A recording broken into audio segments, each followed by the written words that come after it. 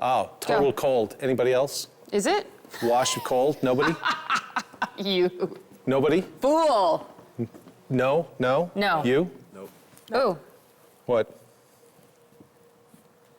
What? I just had another flash on the EMF.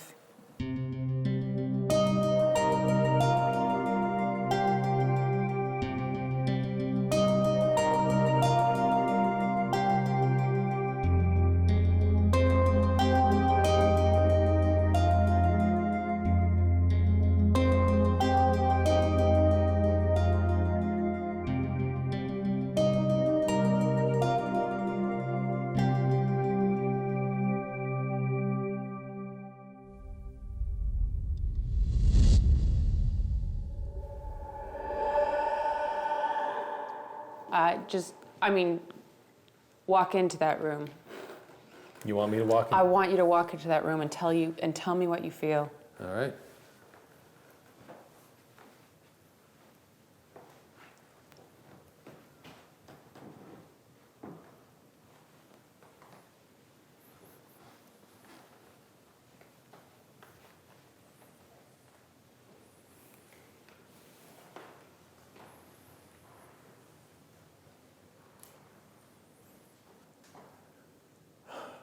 You want an honest answer? Always.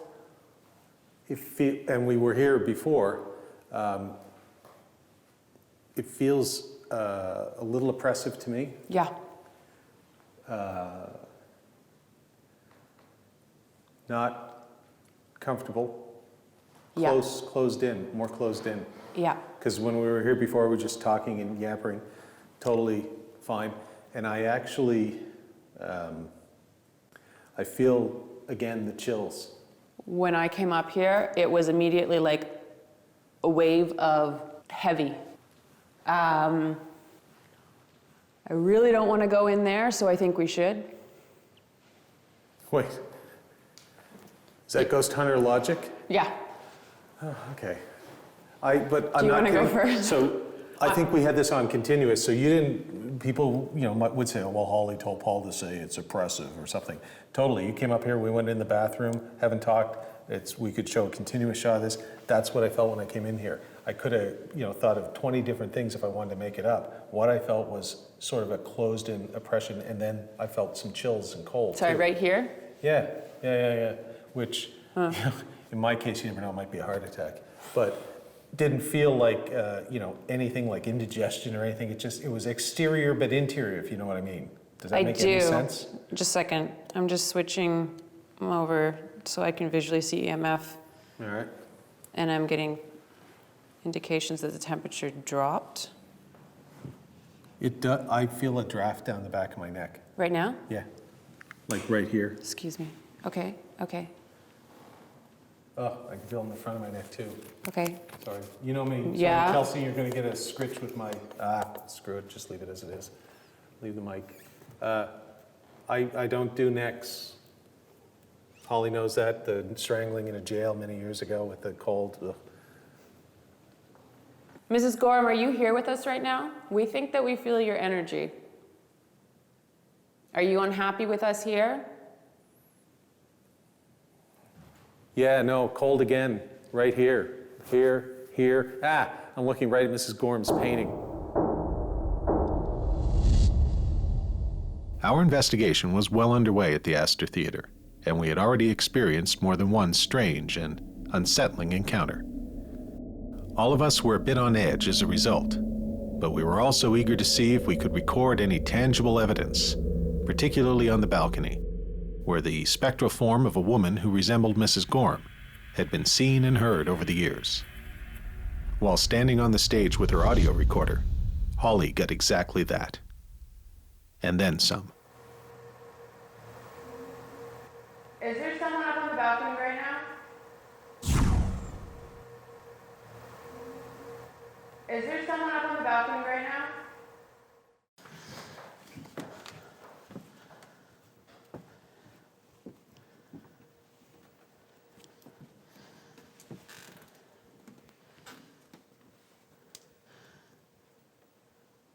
Who's here with me right now?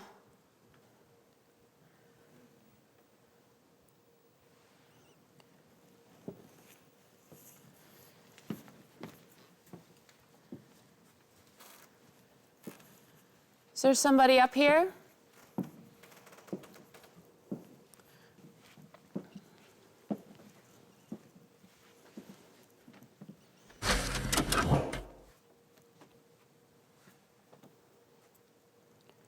These weird heat signature patterns on this wall. Oh my God, are you seeing that? Is there somebody in front of me right now? Can you see that? It looks like there's somebody standing there. Holly continued to try and get a read on the strange coal spot that she had observed on her thermal imager. It definitely seemed to take the shape of a person, but as quickly as it appeared, it vanished. At that point, Holly called me on her radio and asked me to meet her at the top of the stairs outside the balcony, where she had discovered an open door that should have been closed. So yeah, is it, Well, it was open earlier when I came up and I was setting up the laser grid. I couldn't tell you if the key was there or not, but it was open. And then when I was here, I did hear the janitor downstairs, which I heard was the front door, which is when I radioed to you guys. There was a 30-second delay, but there was nobody on the stairs, there was nothing in here, and there's just been me through here since then. So I've been sitting down there for the last 20 minutes, speaking to the area, and when I came back this way, it was closed. all right, I can confirm, A, that the key was in the lock earlier. I can confirm that the door was open and left open because I took the barrel that we've placed our closed circuit camera here in the balcony on. I took that barrel from this room. I noticed there was a barrel in here, had to put it on something, left it, came back, absolutely. This door was still open and the key was in it just like that. Now, there was a janitor in the building. The thing is, it doesn't make any sense. If you look over here, Dylan, you can see there's another room up here, which is the municipal chambers. That door still open, so nobody's closed that door. Holly was just in and around this corner, so let's pretend I'm the janitor. Here's what it would have sounded like to Holly. Just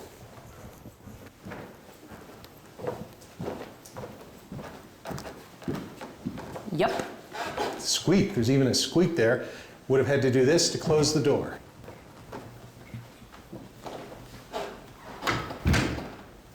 Click, and that's how we found the door. So all of that would have had to have been heard by Holly if it had been the janitor. Here's the other thing, Paul. When I started the investigation, I first came up here to set up the laser grid as I was talking about. I came up here, door was open. The time that passed between when I passed this door and I was in here setting up the laser grid is when I heard the janitor. Right. Downstairs. That was maybe 4 minutes. I came out, door was open, and I spoke to her downstairs. From that time period that I've been down here, sitting here, there's been nobody else up here. Nope. Okay, so I just heard something up there, and I am not seeing anything.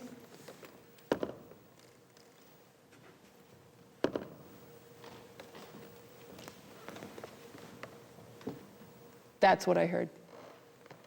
It's that sound as if like the fabric, like the squeaky, like someone's moving in a chair kind of creak, is what it sounded like. And Like in a leather chair? in like- one of what? Was it like that? Like in the old chairs, not these new ones? Are these cloth? These They are are. cloth, the old ones were leather. I didn't get that far out. Okay, well, And it was from down here. Let me sit in this And I one. said, Kim, come out here. Do you hear this? I did have this pointed down there, so hopefully. did it sound like this? That is a leather chair. Ready? Yeah. Oh my God, that is it. That is exactly it. Wow, that's what you heard. That is what I heard. And I've been carrying this like this the entire time, so hopefully Picked it up. it picked it up. I heard it twice. I heard- sat here for half an hour and it wasn't this cold. Really? Okay, The let me, chair is cold. let So me come Kim's over there here. and she's telling us it's cold. Dylan, you felt cold too The when you went chair over? feels cold. When I went over there, it wasn't cold. When I got there, I felt the draft in the back of my neck. Feel the chair. Yeah.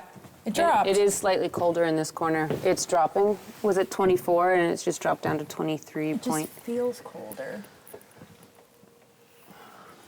That's not an outside wall, so Oh my God, that's the creepy sound. That's not an outside wall, right? Hey, is there anyone here with us?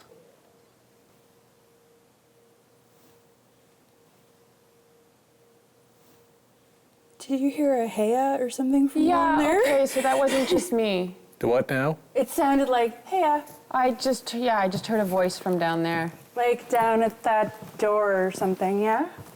Yeah, unless somebody's at the outside of that door right now. Hey, Jim.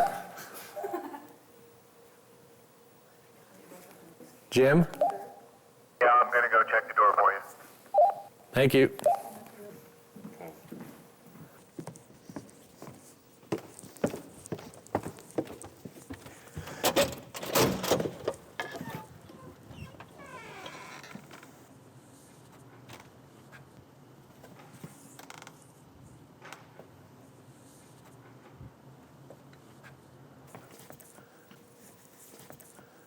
So there was nobody out there along the perimeter, no signs of cars, no movement whatsoever other than the weather vane, but that's not the sound that you guys are hearing up there, okay? Jim's just checked, and I think, we're all a little drained of energy or whatever at the moment, or just taking a moment here to, Jesus Christ. I what? heard that one. I did too. I didn't, because I was talking. What'd you guys hear?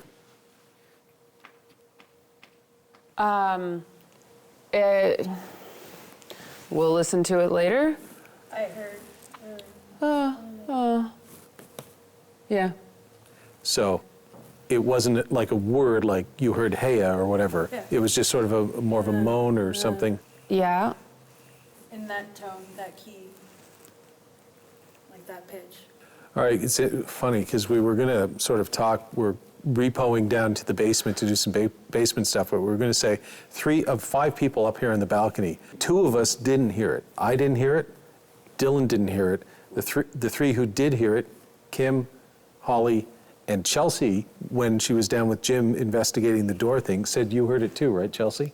I just heard it out of the corner of the headphones, but it was like, hey, Yeah. Yep. Like a hey. I didn't hear the but But you're all in the same ballpark. You heard something, it was a man's voice, Started with an H.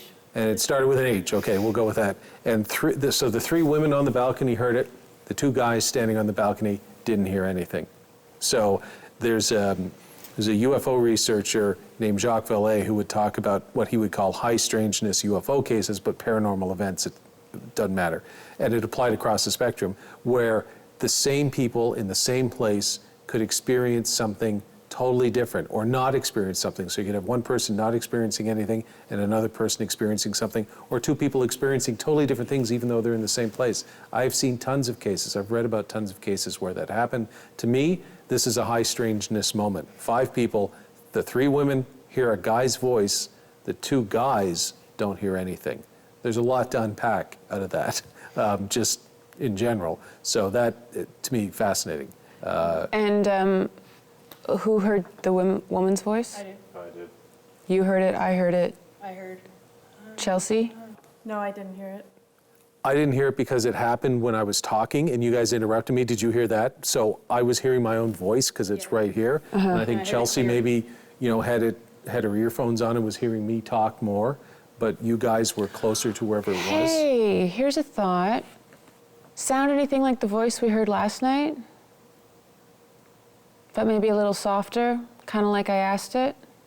Which voice are you talking about? The woman who, or the voice that went, "Ugh," as you went into the... Yeah. Didn't hear it? Can't say. We could take a group vote, but I don't know because I didn't hear it. I don't know. It seemed makes just like sense. a softer makes sense. mumble. Yeah. Which is great. If she's still here, or he is here, and somebody wants to talk, that is why I'm here. Anybody else up here feel cold at all? Are you At the moment? cold, Paul? Yeah, around the neck. And Chelsea's going to kill me because every time I reach to cover, you've seen this before, Holly. I and, have indeed. Where I hit the mic, sorry, Chelsea. But yeah, just kind of like in here, and then it was gone, as if it was like a wave came by me. Is there somebody here with us now? Is there a message you wanted to say? Can you just hold it here for a second? I'm sorry. Yeah, I was getting In my the... mind, but I feel cold. It feels cold right here. It was flashing blue to indicate temperature drop, and it did go down.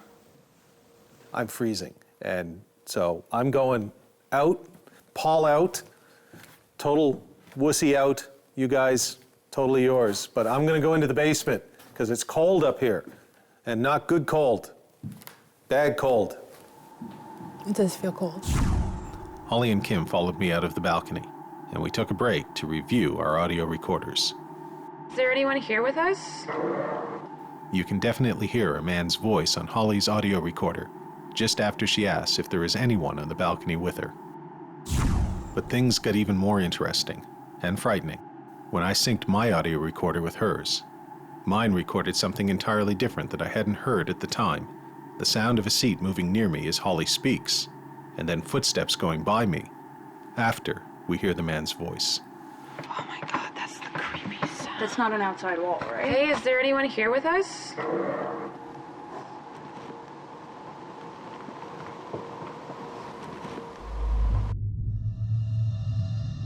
As our investigation of the Astor Theatre continued, a common thread had begun to come into focus in terms of our experiences both at the theater and the Queens County Museum the night before. Whatever was interacting with us seemed to be doing so on a deeply emotional level. The question we were still trying to answer was why. As Dylan and I moved to the stage to try and find some explanation for strange shadows on the ceiling that Holly had reported seeing from the balcony, she called down with a theory that took it to a new and very personal level for me. Paul, I'm just gonna throw this out here because the temperature's gone back up over here, and it got cold when you came back up. I think something's following you. Holly just said that I had gone up to chat with her off camera and off mic, I don't know, just before I came back to get you so we could plot out the rest of the night. And she said when I went up there, the temperature dropped. And so she's positing the theory, which she means it in a good way, so totally, but I'm not a fan of this theory that something's following me tonight, because wherever I've gone, there's been temperature drops. You've felt it on the stage. I bailed out of up there because it was getting cold. Yep, not cool with the idea of something following me in here. Not cool at all. So I'm rethinking those three things that we have left to do. The one in the basement where I go in alone, I'm thinking maybe I go in with somebody else, because I'm not sure. I like to be the cowboy and, cowboy up. I'm not sure I want to be down there alone. No, I think enough has happened where that's justified. Well, we had talked about going in the basement roughly 5 hours ago, Yeah. and it keeps getting delayed because stuff has happened. So that no more weird stuff happens. We are committing to the basement now. Basement This time. is our basement time. So, weird. All right. This is the under stage area. I've been here before on a couple of occasions at a paranormal conference run by the folks here in Liverpool, East Coast Paracon, and with friends of mine. And among my friends, they've reported seeing a guy, or at least some sort of figure in here. I've gotten cold. It's cold in there anyway, but it gets colder. Some weird stuff that has supposedly happened in there. So for me, it's a return to something that I've done twice now. For Kim, it's totally new. She's volunteered to come in. I like it. It's like a trooper, which is a great Canadian thing. We're here for a good time, not a long time, so let's have a good time. The sun might shine tomorrow, I don't know. Raise a little hell. As Kim and I situated ourselves in the area under the stage, I tried to play things light and funny in order to cover up my growing sense of unease about what had happened so far. All right, I'm going to put this out there into the great wide open. If you're there and you want to communicate with Kim and or I as sort of a group of two people, whatever that's called, I guess a group of two people. If we were wombats, we'd be a wisdom of wombats. If we were lemmings, we'd be a slice of lemmings. I can go all day with this. A mob of kangaroos. If we were crows, we'd be attempted murder. That's the jokey part, because of course it's a murder of crows. We shouldn't have to explain the joke. I don't want any attempted murders down here. Let's not even joke about that. What's the, what is it for? Oh, it's a cupboard of pandas. I actually think, and I really did, now the shooting pain. I actually think that if you're going to do this and to be in a place like this, you should think of funny things sometimes. Like if you feel weirded out or you feel like something bad is coming, just think of a cupboard of pandas or a wisdom of wombats. And think of the people that came up with the name Cupboard of Pandas and Wisdom of Wombats. These are people who had far too much spare time on their hands. It's true, and yet can we all take a moment to contemplate the lack of creativity in naming fireplace?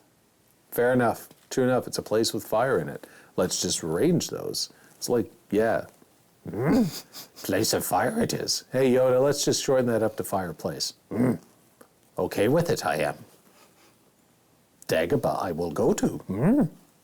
Now, even my Yoda impression is suffering. We both smashed our heads. Yeah, so the smashing head pumpkins. All right, I think we've been in here. You've gone back into the place and there was nothing. I've gone as far as I want to.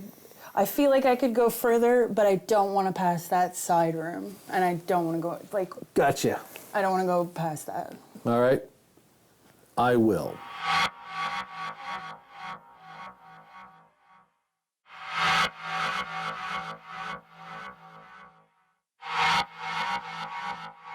So,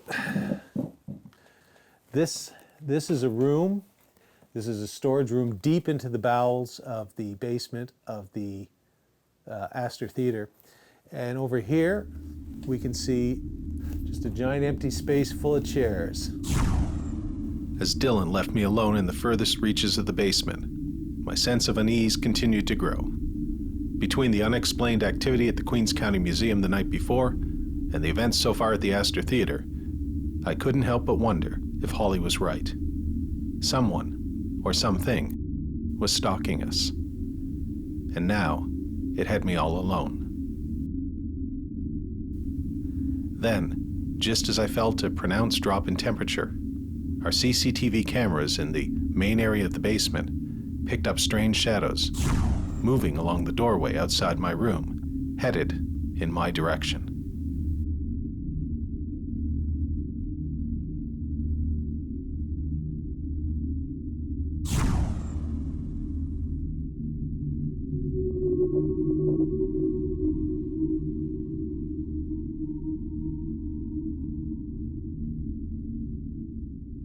I'm tired. And it's getting a lot colder in here a lot faster. Like, I mean, really cold. And uncomfortably so. So, that's it. We're done. Jim, Dylan, whoever's got one of these thingies, that's cool. We're done. Let's send Dylan down with a flashlight and let's get out of here. This room is like totally got freezing. Ugh, I'm done. Totally done. I'm tempted to say done for this series.